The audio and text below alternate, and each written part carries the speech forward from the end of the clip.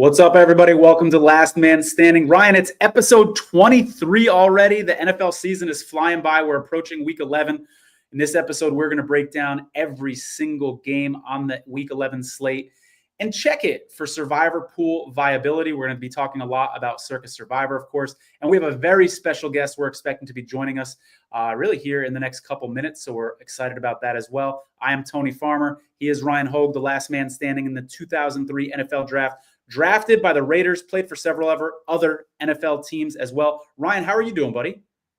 Tony, the real question is, what number draft pick was I? Let's see how big a fan you actually are. All right, let's see here. Obviously, Mr. Irrelevant, 7 rounds. I'll give you a hint. I don't want any hints. Hold on. I only want a hint if I get it wrong, because I think I can get it right without a hint. You won't get it. What? Okay. Hold on.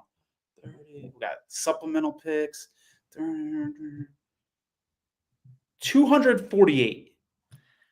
Wrong. Here's my hint. Me and Brock Purdy are the only two Mr. Irrelevants ever with the same exact number draft pick. It's higher than 248. Okay. Where was Purdy drafted? Was it 258? 262. 262. Oh, man. No shit. All right. Got it. Nice to have your name in the same sentence as Brock Purdy, eh? Not bad. Or it's nice for Brock Purdy to have his name in the same sentence as Ryan Hogue. I mean, depends how you look at it, man. Depends how you look at it. Absolutely. I like it, man. Well, I'm excited. I will say this, Tony. I will say this. You're more likely to be struck by lightning than you are drafted in the NFL. So, How many people do you know that have been struck by lightning? Now, one might think you have been struck by lightning if they look at your picks for the season because you're so bad on your picks. Oh, get out of here. Other than that, get out of here. Hey, you want to talk fantasy football? You don't want me to go there and talk about our fantasy football league, man. Yeah, let's go there. Who scored more points this year? We've got 2 wins, buddy. 2 wins on the season. I've destroyed your team as far as points. Okay, and what happened when we met in week 2? This guy won. Anyways, nobody wants to hear us bicker about that stuff. Looking ahead, Ryan, at this week 11 slate in the NFL. As always, this is from Survivor Atlas, so thank you so much to them for putting this together. Definitely go to survivoratlas.com. They've got a whole bunch of tools for you. Great community. Actually, later today, they're going to be doing a tailgate, which is in live online X Spaces where people are going to be talking about this week 11 slate. So check them out as well over on at Survivor Atlas on X. But they put together this schedule. The percentages represent the win probability based off of the money lines. So basically based on Las Vegas's odds, we've got the Lions at the top, the most likely team to win. But Ryan, the Lions are a Thanksgiving team, so you're encouraged to not use them.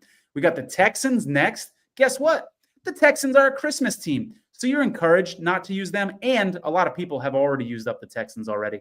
We've got the Dolphins against the Raiders, 49ers against Seattle. Only about 23% or so people have the 49ers left. And I'm not going to go ahead and read all of these. Ryan, is there a game that stands out for you before we get really deep into these? Go ahead. Yeah, well, I'll say this, Tony. The thing I like about, the NFL is very pragmatic when they do their scheduling. And I love the fact that they have kind of predicted like what can be enticing matchups. And really, if you look, all the matchups this weekend are really competitive matchups, even if it's just teams that people have no interest in seeing, like Cleveland, New Orleans. Like that's going to be a very competitive game that everybody wants to kind of see. Miami, Vegas, it's full of storylines and things like that. So with the exception of maybe Minnesota, Tennessee, right, that on paper might be one-sided, and Detroit, Jacksonville. Obviously, Dallas has some injuries and stuff where you weren't expecting that. But that's what I love about this week, that there's really a lot of good teams playing good teams and not so good teams playing not so good teams. So it should be a very competitive and really challenging Survivor week. Yeah, and it starts off with the Thursday night game tonight in a couple hours. You and I aren't used to doing this show on Thursday, so this is new for us. We got a game starting in a couple hours. People have already put, Ryan, their Circa Survivor selections in if they had the balls to take the Eagles or Commanders on Thursday. So what we say isn't going to impact any Circa decisions, but do you have any just general thoughts on this game here, Eagles Commanders? Well, it's funny because 5 weeks ago, Tony, we were talking about how the Eagles, and I remember you went on record and said, like, look at the last 10 games, I believe the Eagles had played, right? They were like 1-8-1 or 2-8 or something just ridiculous because they crashed and burned at the end of last season. And then the start of this year, they weren't very good. Since then, I think they use that as bulletin board material. Watching our podcast. Watching Last Man Standing in the locker room. Since then, hey, Bob Renfro, since then, they've won 5 straights and are one of the hottest teams in the league. Jalen Hurts, again, we've said they're a different team when A.J. Brown plays. They are a different team because they have run-pass option. Devontae Smith is a great Robin to A.J. Brown's Batman. He is not a Batman. He was not like an alpha type of leader. And he's a great receiver, but he's just not that number one that really instills fear. But when you can match him up and then get Dallas Goedert involved and stuff, they're really dynamic with Saquon Barkley and obviously one of the best offensive lines. Jordan Malaga's coming back and things like that. And then Washington's kind of been the surprise, which has been a fun team. I obviously was there. You see my jersey over my shoulder here for Alumni Weekend. One of the arguments, similar to the Bills, like who have they beaten? Like they haven't really beaten, and they've been competitive in, a number of games that are against good teams. Pittsburgh last week, they probably, should have put that game in overtime.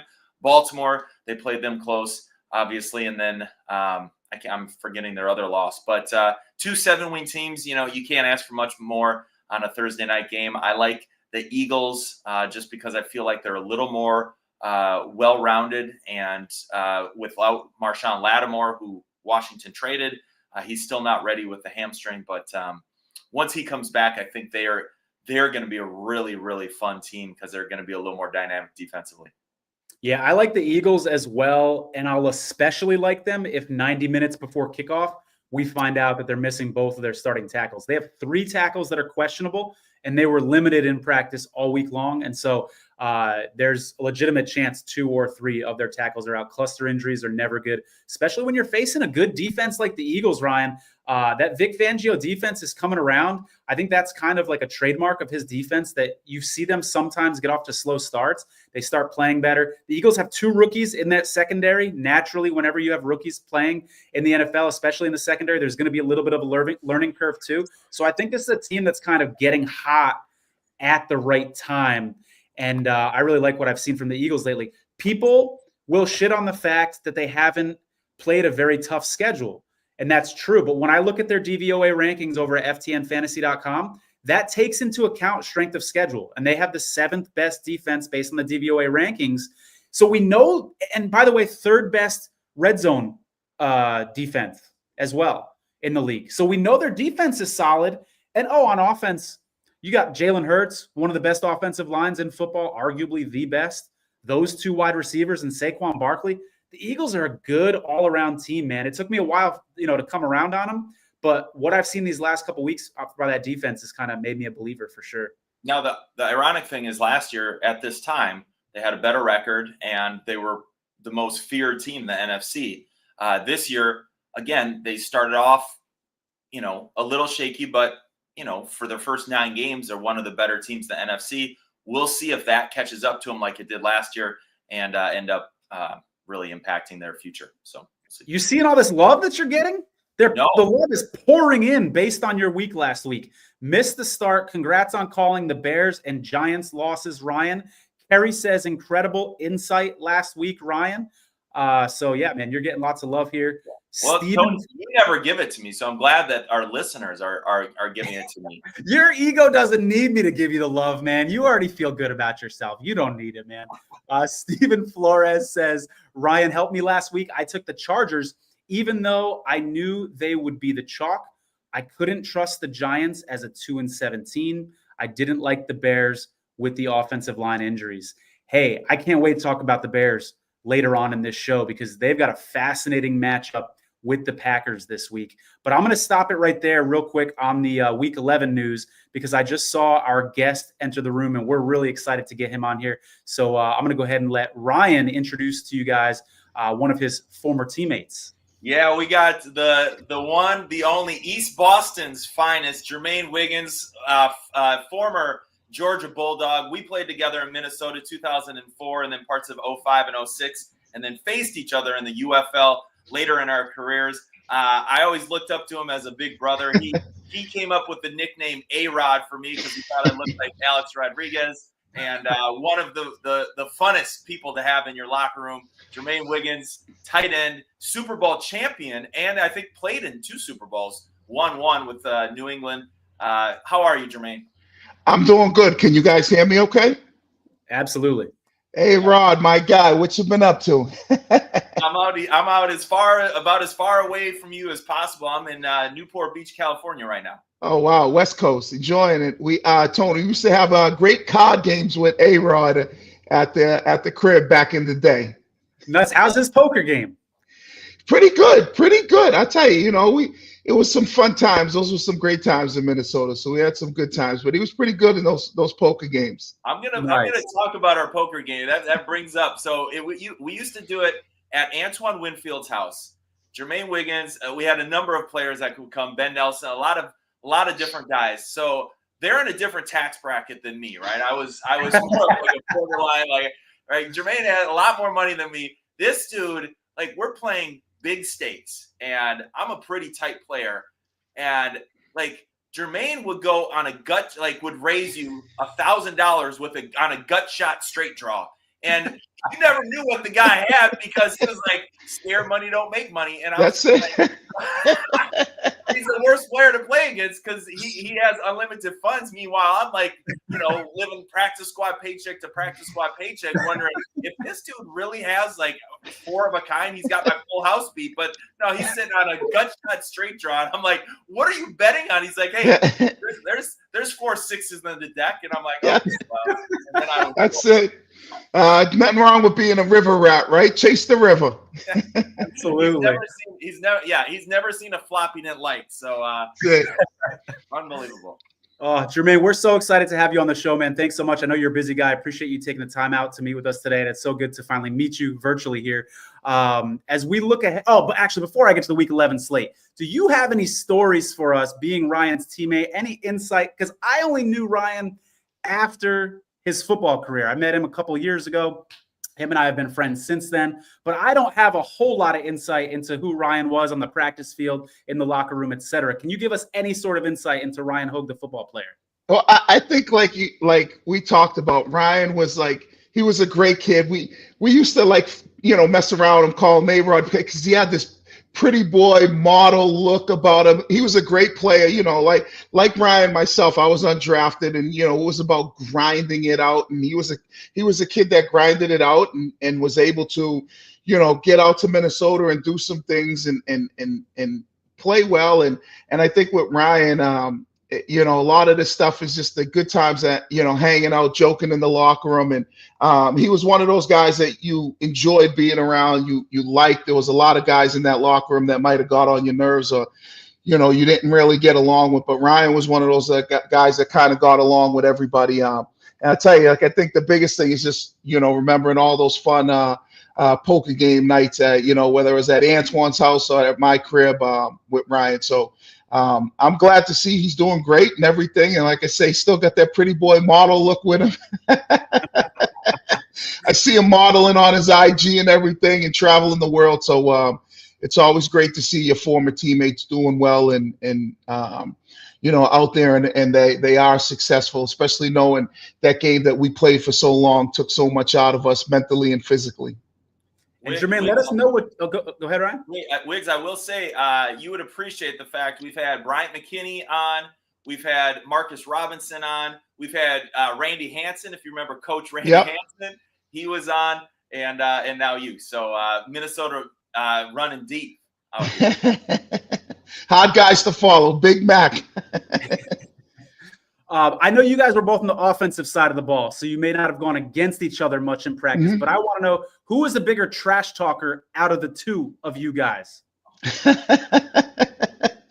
I would probably say it was me. I tend to talk a lot of trash. The reason why I talked a lot of trash is, I wasn't this high draft pick. I wasn't this guy that, had like the, shredded up and looked the part and everything like that. I wasn't the fastest, the biggest guy.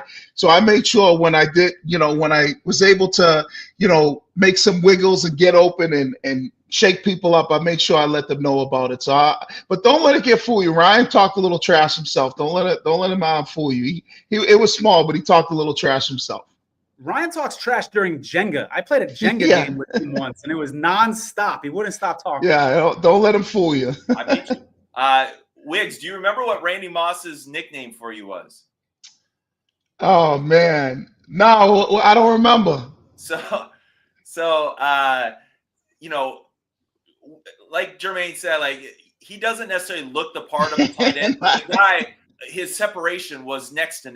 I mean, it didn't matter if Antoine Winfield was guarding him or whoever. Like the guy knew how to get open. It was a beautiful thing, and I marveled at the fact that give him a race or a shuttle. Like he and I, it probably wouldn't be close, but ball separation, he was always open. So Randy Moss came up with the nickname for Wiggs, Schlalter Payton.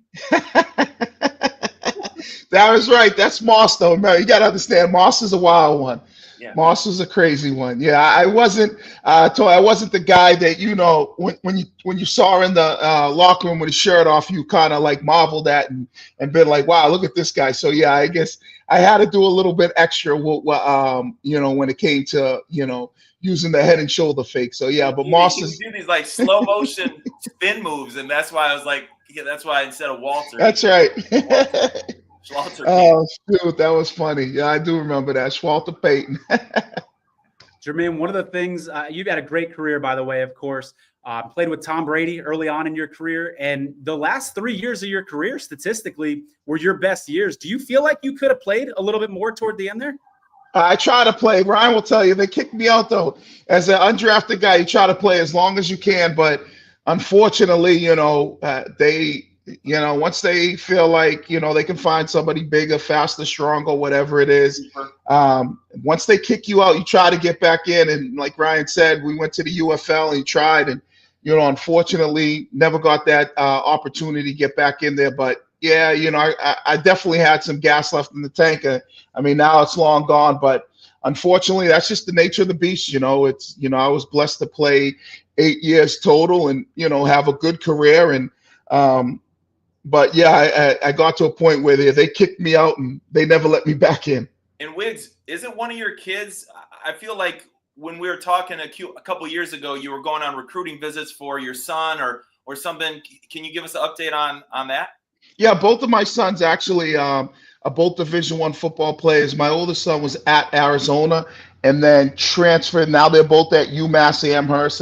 One's a redshirt freshman, the other one's a redshirt sophomore. So they're both Division I football players, and they got the skill. They like Ryan, but I made sure they both play defense. I said you're not going to play offense because especially at the tight end position, they're going to be complaining about you ain't fast enough. This I said you're not going to worry about that.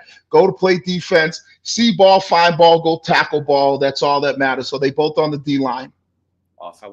I love it. Well, All right, Wiggs, as you know, like this podcast, we talk about survivor pools, and we try to talk about, we're going to present a few games to you and just get your thoughts. And I know you do a lot of sports broadcasting, and I followed your career and impressed with what you've done. So we're just going to fire a couple games off. I'm going to let Tony lead that, and then just get, if you have any thoughts on why you might feel a certain way. Obviously, you study the game at a PhD level. You're still a fan of the game. I know you've always been a diehard Patriots fan. I'm assuming that's still the case. I know you hate the Yankees, and I'm sure you're happy to see the Dodgers win. Buddy. And, anyways, I'll let Tony take it away. Yeah, I grew up in Connecticut as a Red Sox fan, so I hate the Yankees as well, my friend. We've got 105 people left in the Survivor Pool contest, Jermaine. $14 million on the line with 105 people left. A couple of them are in our chat right now. They've already chimed in, hey, I'm still alive. So people are curious. Don't worry, nobody's going to blame you if they take your advice and you get a game wrong. People are cool here. But I want to go ahead and pull the slate up. These are the games for Week 11. A lot of people, Jermaine, have already used the 49ers against or they can't use the 49ers against the Seattle because they've burned them already. So I'm going to take that off the table for you. look at these other, and you know what? I'm going to take Houston off the table for you too. Right. I want to know how you feel about this Miami Raiders game. All maybe right. Minnesota Titans or Packers Chicago. Do any of those three games, do you have sort of a more strong conviction on any of those three games? I would say I'm going to go. I like Miami. Now that Tua is back, I want to lean towards Minnesota, but I don't trust Sam Darnold, especially after the Jacksonville game. He threw three interceptions. Some of them were bad interceptions. Yeah.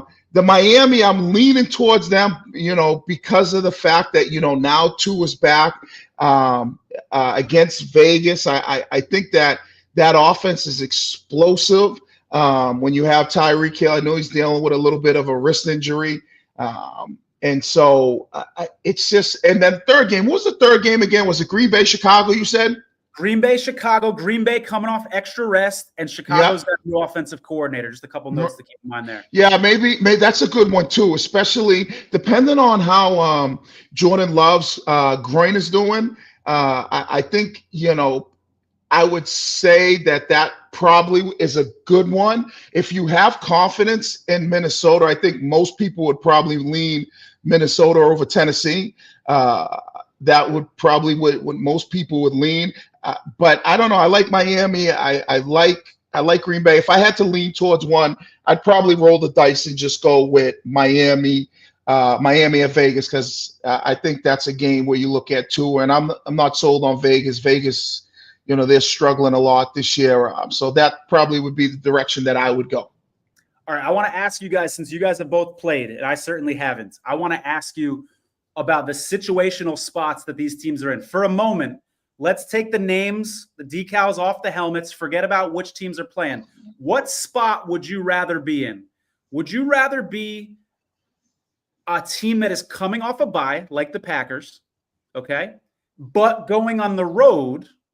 Or would you rather be a Dolphins team that is on a short week playing Monday Night Football and your opponent has had a bye? That's a huge rest disparity there, right? Like, does that bother you at all? Or like, how do you take that into consideration here? I personally would rather be coming off a bye.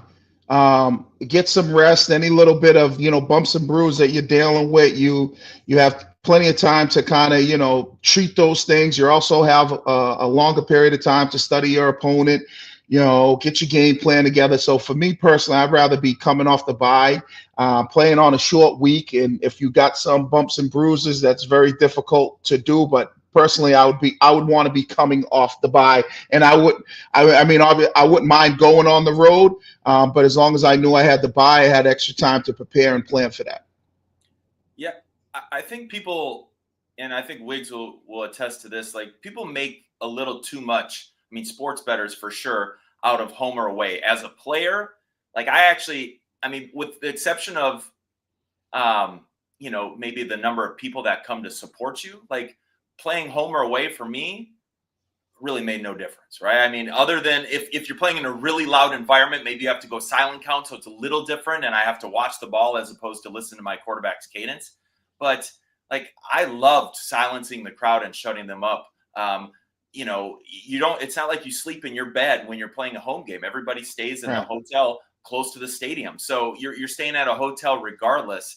And to Jermaine's point, right, having that ability, like your whole life during the football season, training camp, it's 16 hours a day of football. During the regular season, early in the week, it's about 12 hours, and then it dissipates to like 10, 9, or maybe 8 come Friday, right? So the ability to have that bye week and push the reset button and just get away from football, get your body right, get your treatment, like it makes all the difference, as opposed to like the teams playing tonight on a short rest. Like, they're just playing to get through the game and then have a few extra days. When you play a Monday night game, your whole schedule, normally Tuesday's the day off, and now Tuesday you got to go. Like, it changes everything. So I would absolutely agree with what Wiggins said.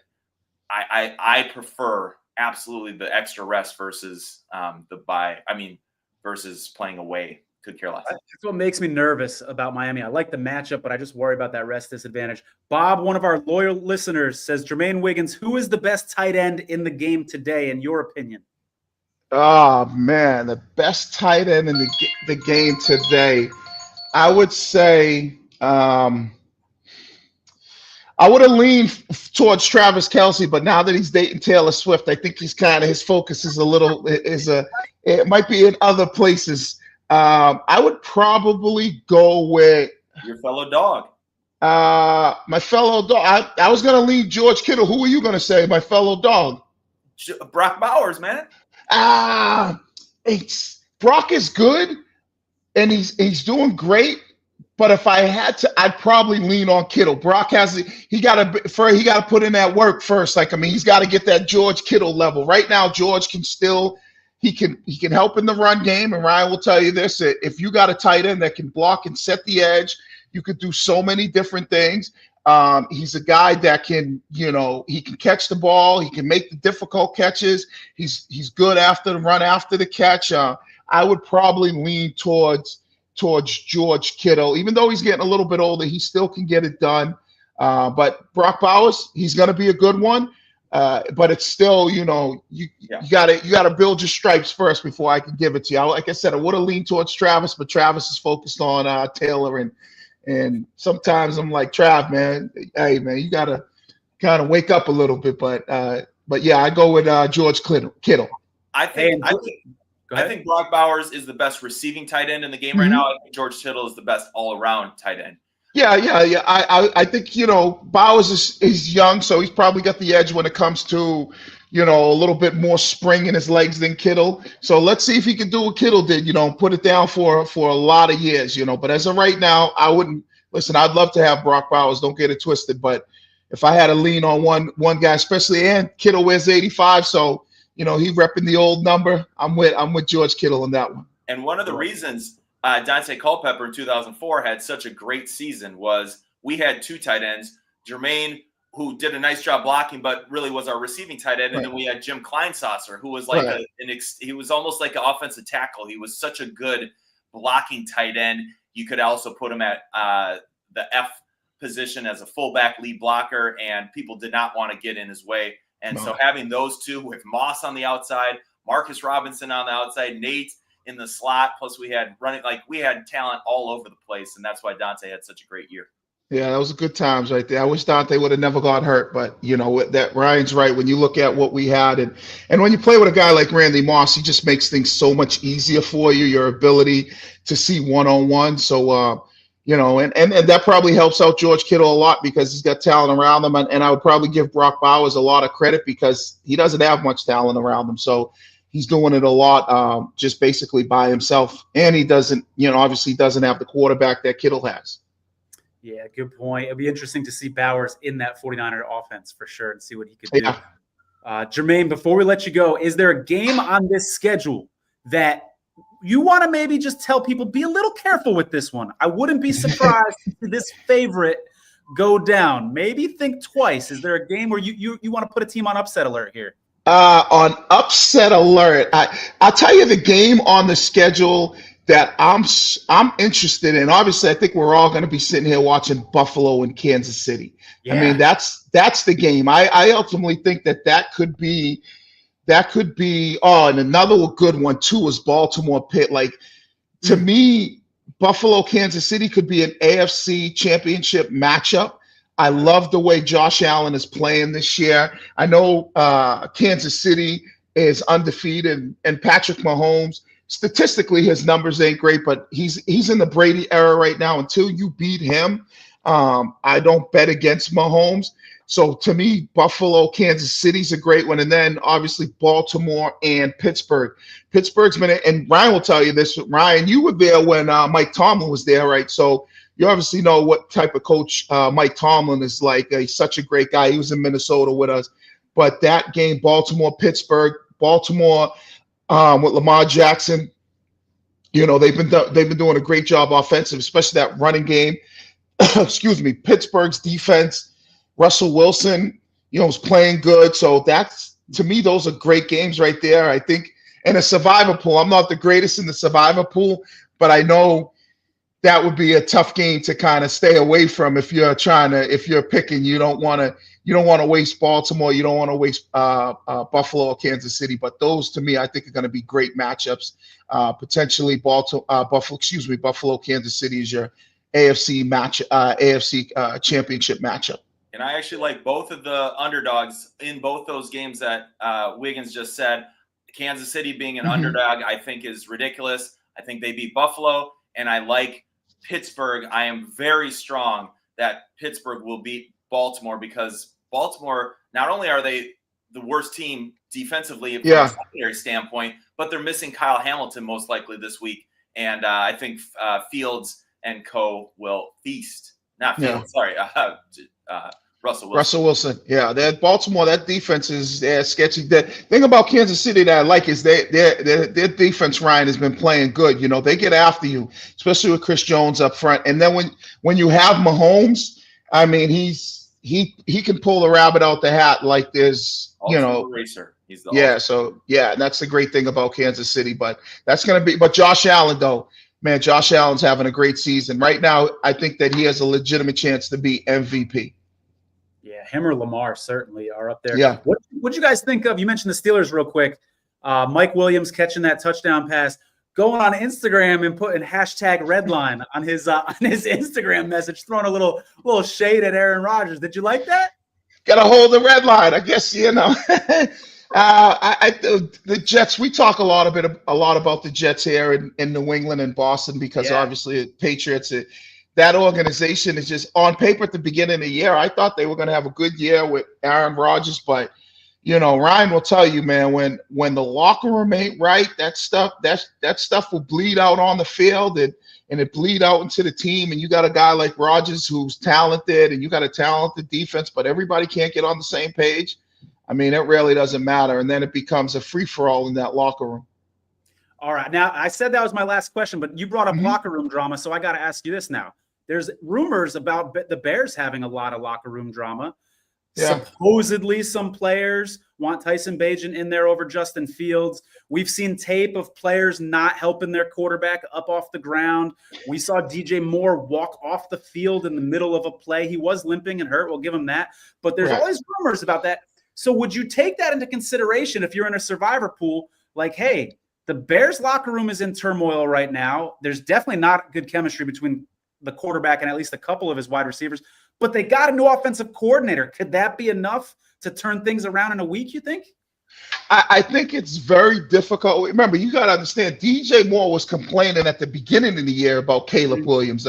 He was basically like, I don't know why we got rid of Justin Fields. It seems like a lot of those guys like Justin Fields in that locker room. So he was complaining from day one, and then Caleb Williams came in and was like, hey, we need to keep the locker room clean. And guys are like, man, shut up, Rook. You ain't even been in the league 6 months and you telling us what to do. So I think it's very difficult. And like A-Rod will tell you, when you're in that locker room and there is issues, especially when there's issues on the same side of the ball, like the offensive side of the football, and it's the quarterback and it's the receivers and guys are not really meshing with each other, and then you fire your offensive coordinator, it's very difficult to turn things around, especially when your quarterback's the #1 overall pick, because he looks at it like, I ain't going nowhere. So that, to me, I think that whole Chicago situation, I wouldn't be surprised if this offseason the Chicago Bears weren't looking to trade DJ Moore and get him up out of there, because clearly those two guys can't play together. And it's crazy because he just signed a contract, and we all saw it on Knox. It's crazy. So So get something in return for him, because you're not going to trade Caleb Williams. So you might as well see if you can get something in return for DJ Moore. So you think that OC switch, you think it's too little too late for them to turn around in 1 week? Or could that be – because we see all the time head coaches get fired, and it seems to inspire the team when the interim guy comes in. We just saw that with the Saints. Aaron Rizzi comes in, and it seemed to spark them. Could something like that happen with Chicago, or less likely to happen, you think? I think it's less likely to happen. I mean, we've seen it with the Jets. They try to switch their OC, and that didn't help them out. I think when there's a lot of turmoil in the locker room, it doesn't necessarily fix things. It's one thing if everybody's on the same page and the coordinator just can't, get the right scheme, game plan, whatever it is, and then they get somebody else. But when you have that much turmoil in the locker room amongst players and guys are calling for the backup, it doesn't matter who the offensive coordinator is. That's good stuff. This is why you watch Last Man Standing. You get good insight from guys that have actually been in NFL locker rooms before. That's fantastic stuff. Jermaine, before we let you go, is there anything you want to plug for us? Tell people how they can follow you on X or Twitter, or any things that you're doing right now so we can have people check in on you, man. Well, you can easily find me on Instagram or Twitter, all those social media platforms. JWiggs85, and then I do a radio show in Boston every morning on WEI, the Greg Hill Show, 6 to 10 a.m. And it's on the Odyssey app. So if you don't live in Massachusetts or New England, we're simulcast in all of the New England areas. But if you're like Ryan on the West Coast, all you got to do is go to the Odyssey app, and we do a really good show. And I've been doing that now for a bunch of years, and 6 to 10 a.m. every morning. That's where you can find me, talking sports and, talking BS and having a good time. Ryan will tell you, still a shit talker. I'll never stop.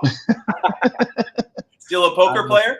Not as much, I don't, you got to have those guys, and, it's not the same crew and everything. So, there's a couple casinos where I live in Boston, but, I'm not really, how it goes. You gotta chase it all night long when you sit down at the Texas Hold'em table. You got to be there all night long. I can't do that no more. I get tired quickly.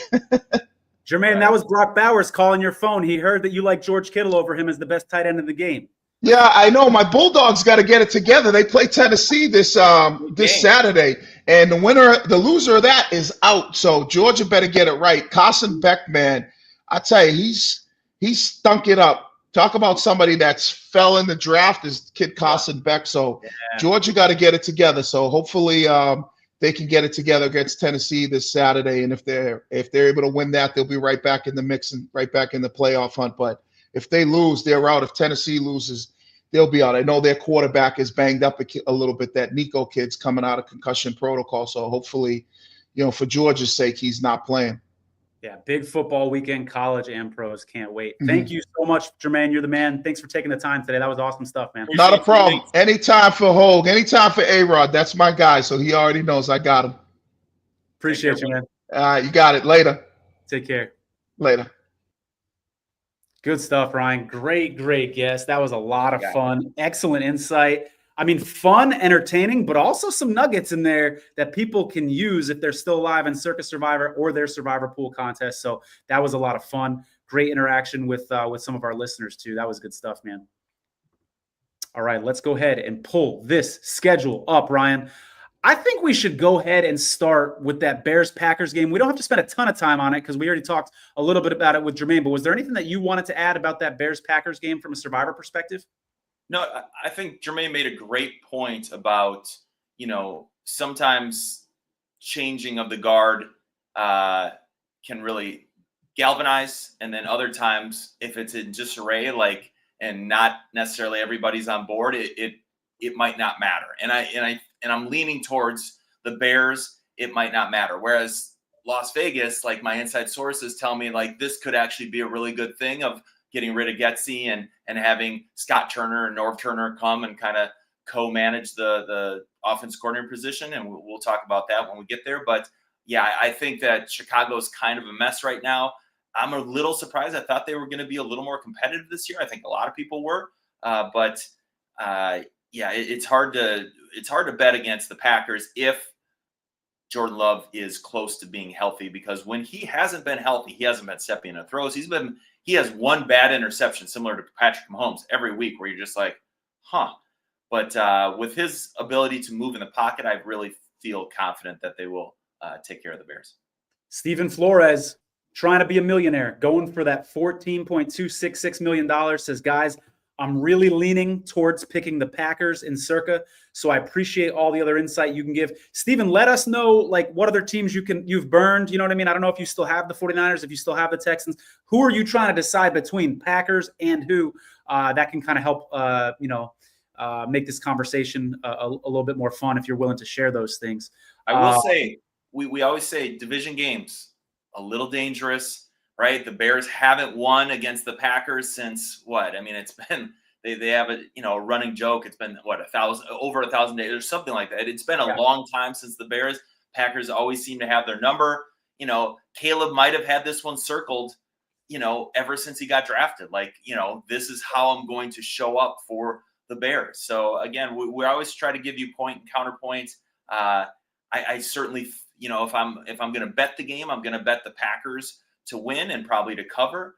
But I think there are a handful of points out there that, lead to putting it on pause and thinking, okay, there's some other games that might be better.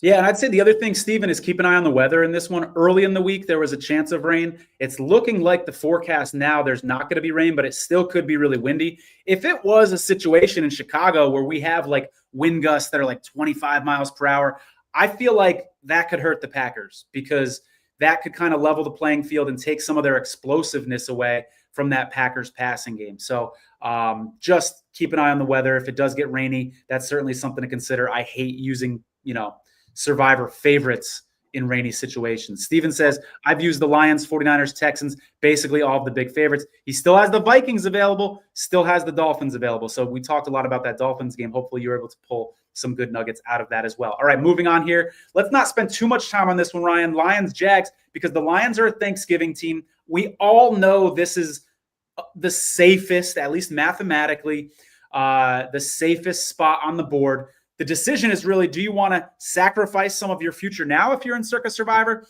or do you want to do the more strategic thing and wait on the Lions?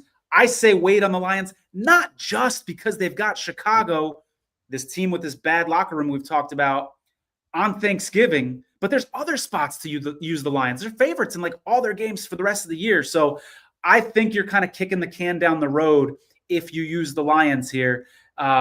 What I think is going to be really interesting when we do our Saturday show, Ryan, is how many people take the Lions and burn them before Thanksgiving. It's going to be fascinating to me. I think it's a mistake to take the Lions, even though they're the most likely team to win. Do you have any thoughts on this one?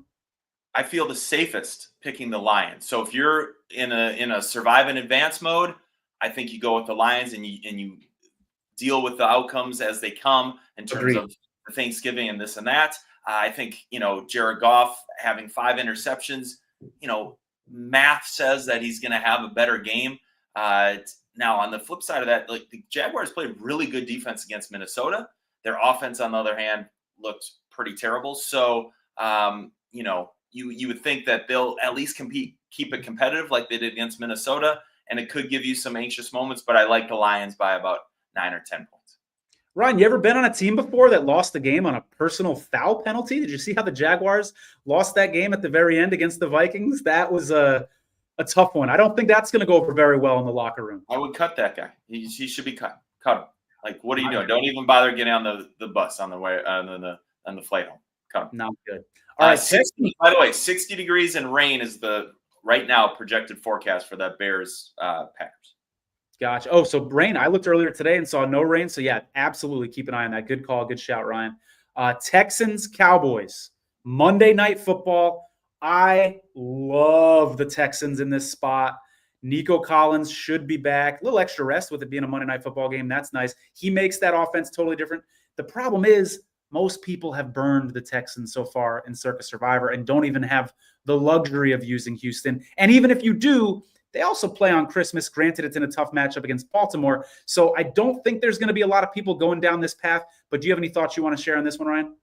Well, here's my issue is 3 of the last 4 games, Houston's looked bad. I mean, they've lost 3 of the last 4, and actually all 4 they probably could have lost. The one they beat the Colts by a field goal. Do you really feel good about betting on a team that's lost 3 of the last 4 and has looked kind of lost at times? From an offensive standpoint, CJ Stroud looks like a different quarterback than he did last year. Their offensive line is abysmal, and defensively they are getting kind of picked apart at all the positions. So obviously the Cowboys, right, are a really unique team because people thought they were going to be good. I didn't think they were going to be good, and their best players are hurt. Obviously, Micah coming back made a big difference last week, and he played well. I will say that before, like, a couple pivotal plays, like that game was going, what, it wasn't about to be 7-3 at halftime against the Eagles, and then like they went for it on 4th down or something happened. Like there was some big play that kind of turned the momentum. And Cooper Rush did not play well, but he is 5-2 as a starter. So there's certainly, again, there's counterpoints to both. I like the line. If I had to choose between these two, I'd pick the Lions over the Texans personally, just because I feel better about it. Monday Night Football, I feel like Jerry Jones is going to put all the pressure on the world for McCarthy, who knows that his job's in jeopardy, and other players on notice. They traded for Mingo. He might, make his debut, so that may help their offense. You just never know. And they do have some, receiving weapons, and it's not like the Texans have been shutting people down on the pass this year. So look for it to be a sneaky close game going into, the 4th quarter. Yeah, and keep in mind, Will Anderson not practicing this week. Derek Stingley surprisingly not practicing. Kamari Lassiter not practicing. He's missed games this season. I feel very strongly that the reason the Texans haven't looked good, as you said, it's injuries, man. They get a couple guys back. They finally get Jimmy Ward and Azeez Al-Shaair back, but now they lose these other guys that I just mentioned. So I think injuries are their problem, but they're going to be injured this week as well. Moving on, Dolphins, Raiders. We talked so much about this already, but Dolphins on a short week coming off that Monday Night Football game. Raiders with the extra rest. They brought in North Turner as a consultant. They've got a new offensive coordinator. You're our Raiders guy. And by the way, you said your inside sources in the Raiders organization. I know you, so I'm going to start saying I've got inside sources in the Raiders organization now. I'm going to steal that line. What are your thoughts on this game? Yeah, the Raiders just announced that Gardner Minshew is the quarterback moving forward. And I have been like the only person that has backed up Gardner all year long. And yeah, he has 1 to 2 throws a game that you just kind of shake your head. You're like, The difference is, Bo Nix has 4 or 5. Those don't get intercepted, even though they're probably worse passes. Gardner's just happened to get intercepted at crucial times, a pick 6 against Denver that changed the whole momentum of the game, and Surtain takes it, 100 yards and things like that. But, Gardner has done enough to win the game. And the Raiders are built on a defensive-oriented team that doesn't ask the quarterback to win the game. The problem is they've been so bad this year that they've had to ask the quarterback to go win the game. Then when he goes and tries, they pull him out if he makes a mistake. And so the whole confidence thing, I think they're in a situation where they see in practice he's better than Desmond Ridder. Aiden O'Connell's still got the broken thumb. So they're like, you know what? Gardner puts us in the best position to win. We're going to just put and kind of reshape his mindset and give him the confidence. He is a capable starter. He showed on a team with less talent last year in Indianapolis to play to week 18 to almost make the playoffs. So he is capable. I really think that they're going to be competitive. I know they're not going to quit on Antonio Pierce, and this game will be absolutely close. I think they match up really well against the Dolphins because from a secondary standpoint, their corners, Jacorian Bennett, is playing at an all-pro level on the back end, and he can match up with either Waddle or Hill. And he's a 4-3 guy as well. So I think they'll limit the ability for them to kind of get their big splash plays. And Dolphins don't run away from teams if they don't get those big splash plays. Now, they will play inside the hashes, which the Raiders have been susceptible all year. So you might see a big game from Jonnu Smith. You might see some big dig routes and things like that. But I really believe that with Michael Mayer, who's been out because of personal reasons for 6 weeks, that's a big loss. Especially for a team that wants to play 12 personnel with the Raiders, having 2 tight ends that are pass catching tight ends, him being back is going to make a big difference, especially against the Dolphins team that doesn't really guard well against the tight end. So I would stay away from this game. I think it's just too dangerous. I'm a Norv Turner fan. I've met him before. He's a nice guy. I didn't play for him, but he's one of the kind of the OGs of the West Coast offense, and that's what Luke Getsky put in. And now their whole focus this week is let's make sure our guys believe in what we're doing and play fast in what we're doing. Whereas Luke was like, I'm going to do it this way, and they're going to figure it out. Yeah, the only thing I'm going to add on this game is, do you really want to pick on the Raiders, the team that upset the Ravens earlier this year, the team that beat the Chiefs on Christmas earlier this year and squashed some Survivor dreams? So they remind me a little bit of the Cardinals. They're just a team you don't want to fuck with in Survivor. So just be careful with the Raiders there. Moving on, 49ers against Seahawks. There should be an S at the end of that Seahawks. That's a typo on my part. My bad. Seahawks, because it only matters. DK Metcalf's the only player that matters because he wants to fight the whole team. And speaking of him, it looks like DK is going to be back after missing a couple weeks. Seahawks are off of a bye, so keep that in mind. 49ers have got healthy in recent weeks. Obviously, we all know Christian McCaffrey's back, but it's not just him. Deebo Samuel is now fully healthy. Ricky Pearsall looked really, really good last week. Shout out to Ryan. You were like one of the first people I ever heard of talking about Ricky Pearsall being a good receiver. He's adding a lot to that offense. I'll tell you what, I like Brandon Ayuk, but they don't really miss him. They really don't on offense right now. That offense is firing, playing really well. I like the 49ers against the Seahawks. They destroyed Seattle earlier this season in Seattle. That was without Christian McCaffrey. Their running backs in that game, dude, Isaac Guerrero had like 9 yards a carry on like 10 carries. Jordan Mason had like 8 yards a carry on like 10 carries. The 49ers did whatever they wanted against the Seahawks earlier this season. Since then, the Seahawks have swapped a couple linebackers in a trade. They just cut their leading tackler, who is a linebacker, Dodson, earlier this week. So it seems like that team's going through some transitions right now. Mike McDonald's trying to get his pieces right. I would absolutely trust the 49ers in Circa for sure. Problem is there's only like 23% of people that can even consider it. Any thoughts on this one, Ryan? I would absolutely stay away from this game. Really? This one to me. So I was listening to the 49ers Buccaneers and then watched it, but I listened to the first half. There's a disconnect for the 49ers this year, and I don't know what it is. I've watched a ton of games, not as much as you, but there is something missing. They're missing the X factor because they put together these drives and then just they shoot themselves in the foot. And they miss field goals. They miss field goals. They have an inopportune, turnover, or they miss a tackle at the wrong time. And they're missing something. They don't have it. They're not going to the Super Bowl this year. I would bet my 401k that they're not, just because. And I hate it because I love Brock Purdy. I like Kittle. He's one of my favorite players, and Trent Williams is one of my Fred Warner is probably my favorite player to watch defensively. Like, they have the guys, but something just is missing with this team. And some teams have it, right, and just figure out ways. Kansas City seems to have that it factor, and Patrick Mahomes, right? Usually you'd say, like, he's not been the it factor this year. They just, coaching or they just haven't. The 49ers do not. Seahawks obviously are in a little disarray, and anytime you cut your leading tackler, I don't know if he cussed out the coach or something obviously went on behind closed doors, because that seems a little odd to me. But I really think that DK Metcalf is on a mission to destroy Lenoir and that defense, and they are going to give him every opportunity to do so. It's just a scary game for me. To your point, Seahawks coming off extra rest. Jermaine Wiggins talked about how important that is as an NFL player. And if I can, I am avoiding this game from a gambling standpoint, survivor standpoint, anything. I think it's going to be a very, very dicey game for 49er fans.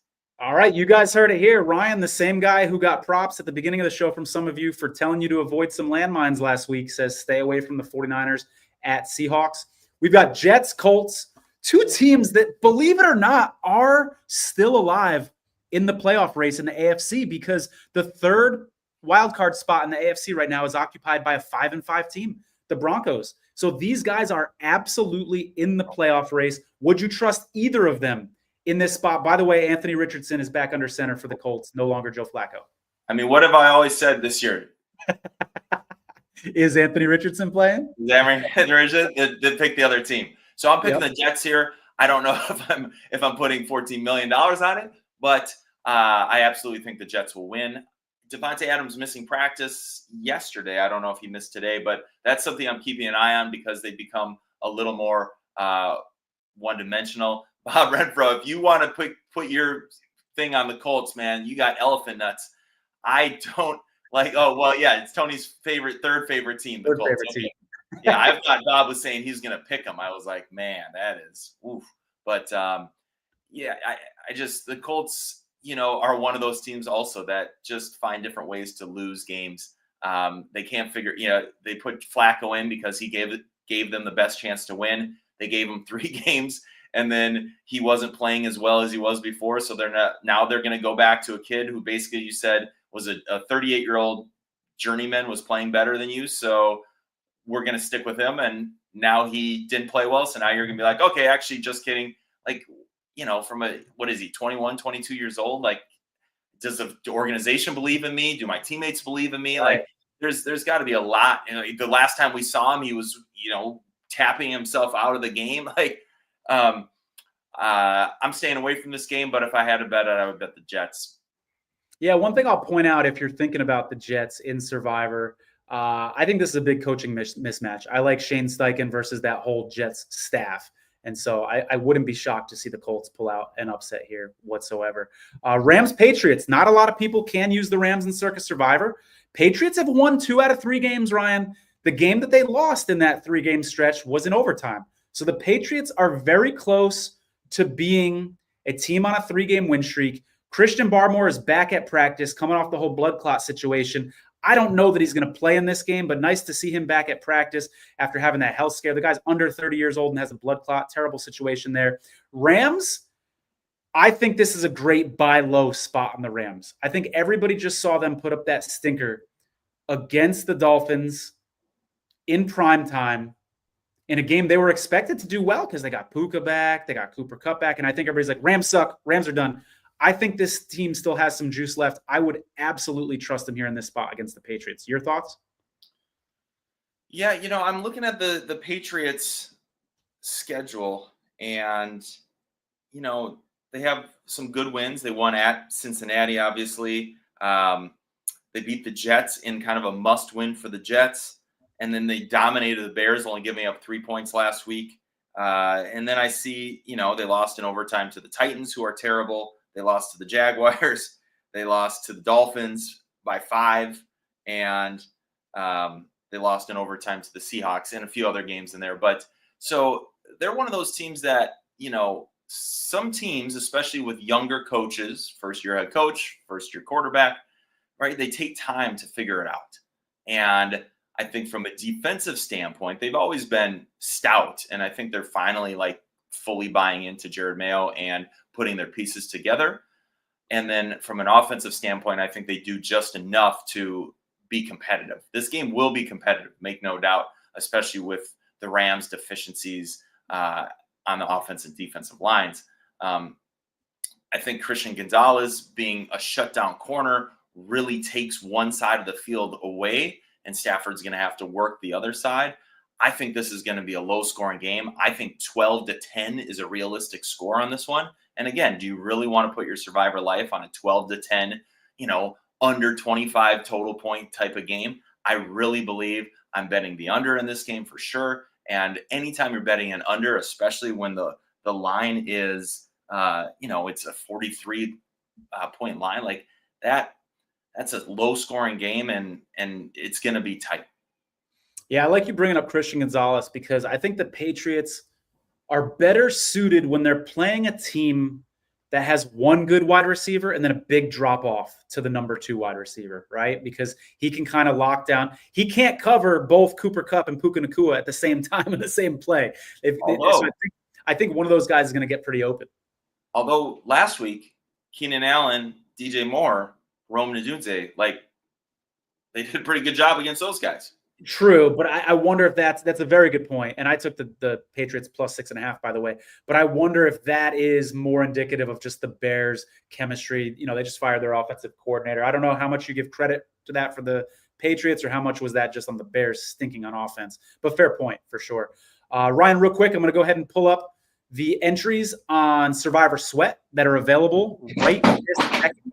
I took these screenshots right before we went live. So they're available right now. You can get 3% of an entry for $3,000, 1% of an entry for $1,000. The last one that sold was 10% of an entry, Ryan, for 10 grand. So they are still selling right now over at Survivor Sweat. You can see most of these no pick control. You're just getting a percentage and you're along for the ride. But I got a surprise for you coming up here because there is one entry that's available and you can control the pick. Guys, this is your opportunity to get in on $14.266 million, or a percentage of it at least.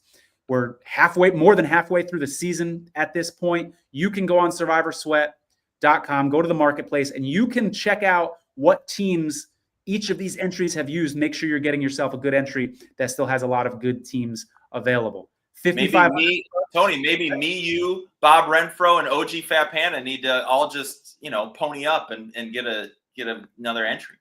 I like it, man. We can split it. That's a great idea. People out there can pool their money together. I don't think OG Fat Panda is going to join us because I believe he's still alive in Circa right now. But this one right here, Ryan, for $75K, you get pick control. $1,500 per percentage. It's at a premium. It's more expensive than the other ones, but you're also getting the pick control. So you're going to have to pay for it. We've got another entry, 50 grand for 5. Oh, that's the package. That's the package available. Look at that. What does that mean?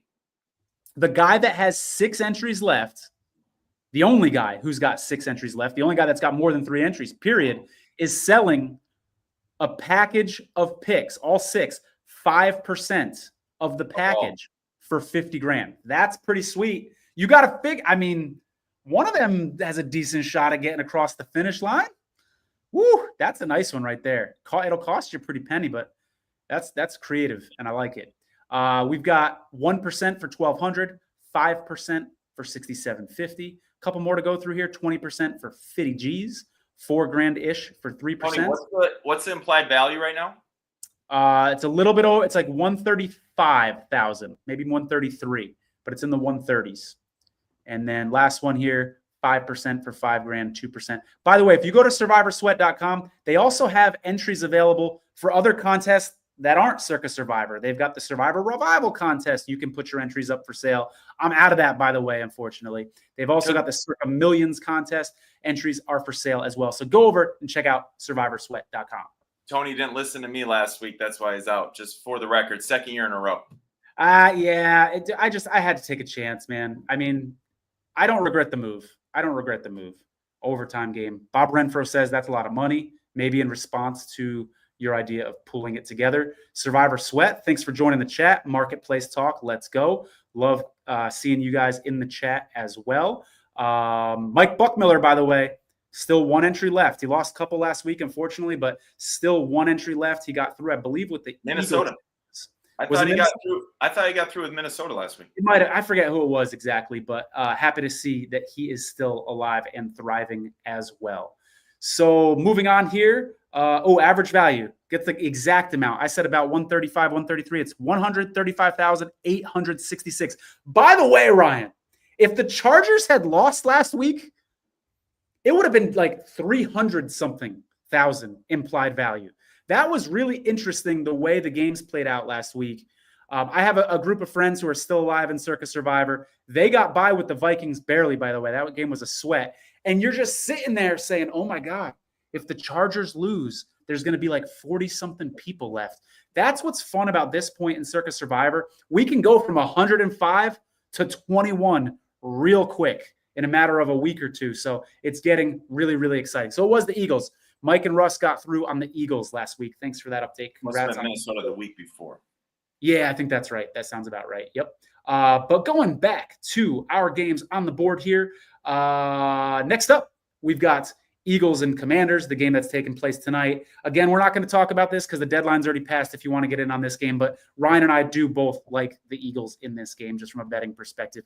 Ravens Steelers. I took Steelers plus 3.5. I think that they're live for an upset here in this game. I like the 2 new weapons that they got, adding Preston Smith, a pass rusher, which, by the way, is going to come in handy because Alex Highsmith got hurt this week. Ravens, what more can you say about this? This team is hot. Lamar Jackson is the MVP candidate. I agree with our guest that Josh Allen is in that picture as well, but Lamar is just playing so good. Whenever you start to doubt that guy, he had a bad first quarter, I think it was last week, and then just has an elite game when it's all said and done. So you have any thoughts on this one here, Ryan? I mentioned my thoughts earlier. I think the Steelers win outright. I'm very confident in that. I think the Ravens just are a mess defensively in the back end. And if you have the capability of throwing the ball and any resemblance of an offensive line, you're going to have success against the Ravens. Gotcha. All right. Good stuff there. Moving on. Broncos, Falcons. Can you trust Denver here in this spot? No, I think this is going to be one of the most fascinating games of the week. This is two playoff teams, in my opinion. They might, Falcons are probably going to win the AFC or NFC South. and the Broncos are going to back in as a 6 or a 7 seed.